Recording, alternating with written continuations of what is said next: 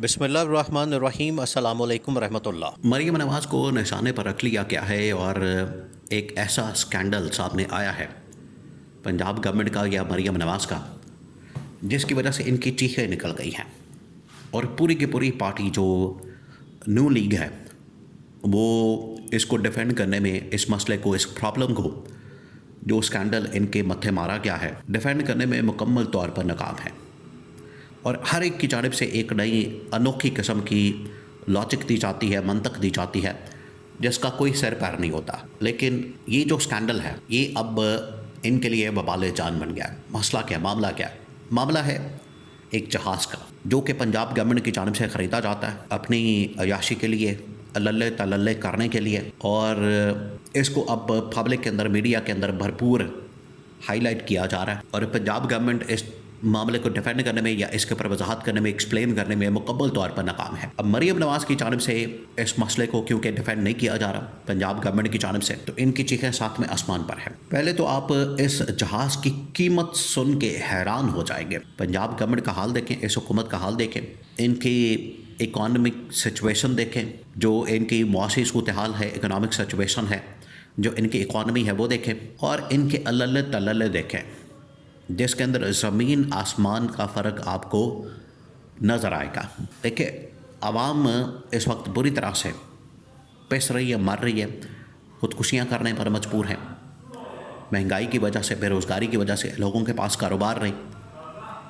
और पिछले तकरीबन कोई 2.5 साल में पाकिस्तान से 10 से 15 लाख जो पाकिस्तानी गया है, उसमें जो 80% लोगों की तादाद है उनका ताल्लुक़ पंजाब से है।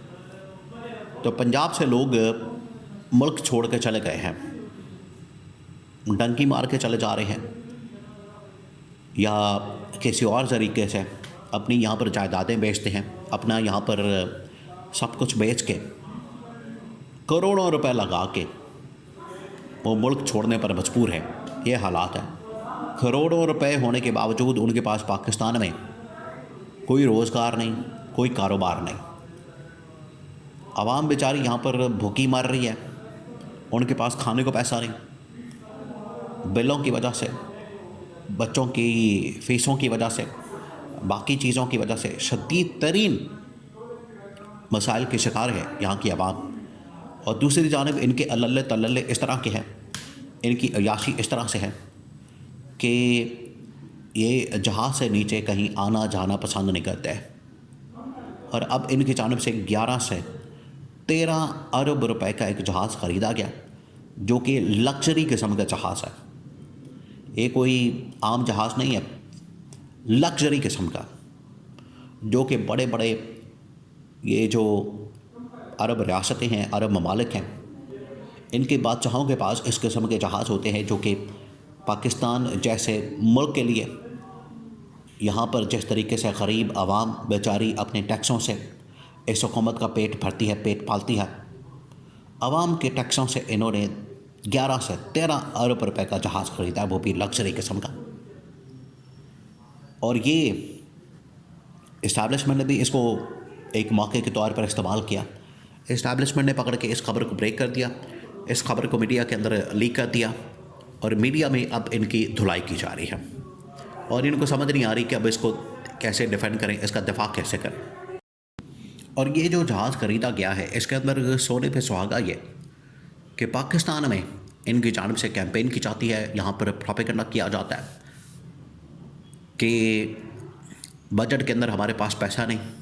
और जब आवाम को रिलीफ देने की बात आती है, आवाम को 1 रुपये का यूनिट के अंदर अगर 1 रुपये का रिलीफ देना हो, तो इनकी जानिब से बहाने मारे जाते हैं, इनकी जानिब से ड्रामेबाजी की जाती है कि हमें IMF रोकता है, हमारी IMF ने हर तरह से जकड़ के रखा है, IMF हमें परमिशन नहीं देता, इजाज़त नहीं देता, IMF की वजह से हम बुरी तरह से फंसे हुए हैं।